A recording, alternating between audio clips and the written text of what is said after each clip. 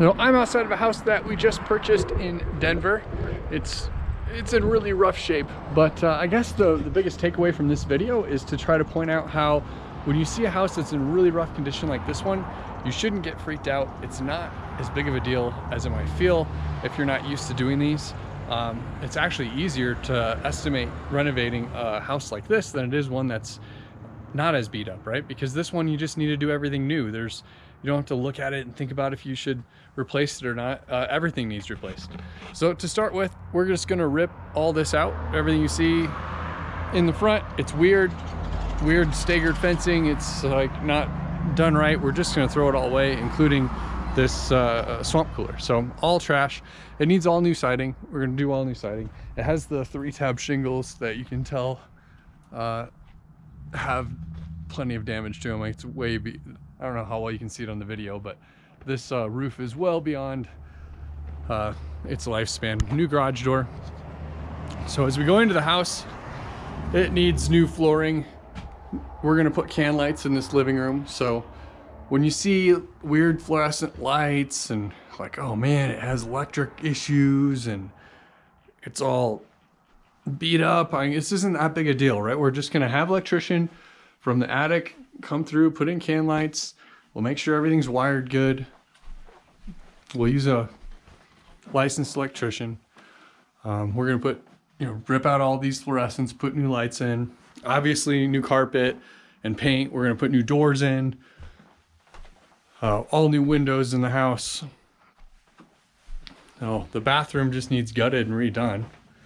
Again, it's an easier one to estimate, as we just know the whole bathroom needs replaced, everything in it. I mean, you see a bathroom like this, you shouldn't think, oh man, it's gonna cost a fortune and got all these plumbing issues. No, it just needs a new vanity, a new toilet, a new bathtub, new wall tile. The window is gonna get replaced, a mirror above the new vanity. We'll wire in a light above the vanity mirror so it's more normal, and we'll be done. It's gonna cost about, on the high end, somewhere around 6,500 to 7,000 to gut that bathroom and redo it. Kitchen needs to be completely redone, right? First we're gonna rip this wall out from here over, right? And the first thing you see is there's a duct here, but it actually runs up into the attic space. You can tell because if your hand in, it doesn't go down, right? The furnace is in the attic. And because of that, it's not gonna be an issue to just rip this out as far as that. We don't need to get a duct up this wall. It just comes from it'll be a ceiling duct instead of a wall duct when we're done. We're gonna rip this out. We might have to, we'll see if it's structural. I doubt it is. I think with a house this size, there's probably, I haven't been up there to look yet, but we probably have trusses that run from the front wall to the back wall, and none of this is probably structural. So we could probably just rip all this out. Worst case scenario, we got to run a 2x10 on some studs from that corner across to there. But we're gonna back this back up, so this jog isn't here anymore. Get the kitchen back in the kitchen. And here we're gonna relocate this refrigerator. Relocating a refrigerator is no big deal. It's just 110 outlet that you need for it. Otherwise, it's not a big deal to move a fridge.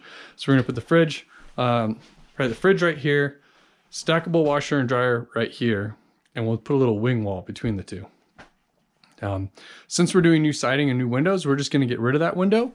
And when we do the new back door, we're gonna do a vision panel or light, for the top half of the door. So it lets a lot of light into the kitchen still. We will leave the stove where it's at. We'll put a microwave over the top of it. That wall is opened up and we just have a countertop space here. And here where they have the washer, it's, in the stackable situation over here. So we have more countertop space. And, that's how we're gonna put can lights, and we'll get rid of the fluorescent and put can lights.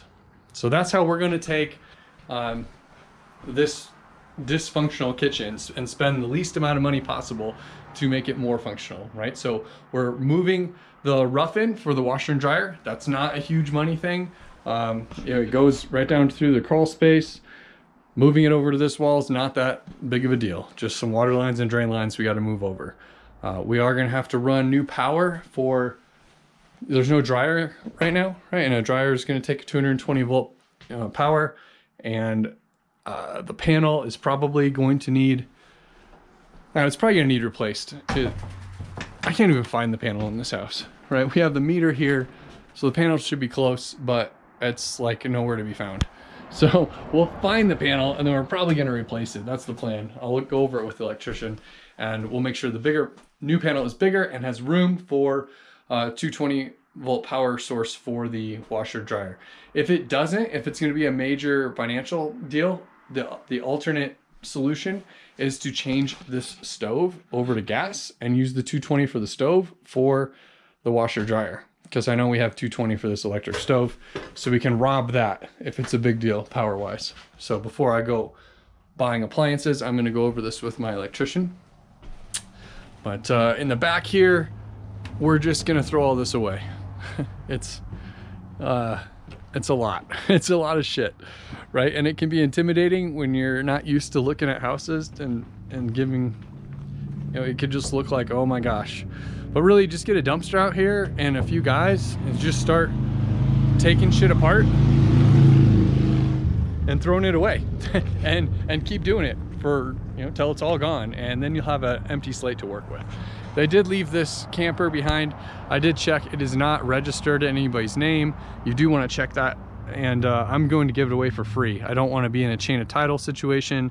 I don't know if this was stolen. I don't want anyone to accuse me of stealing it. The owner wouldn't take it, so I'm gonna give it away for free and tell whoever buys it that I want nothing to do with it.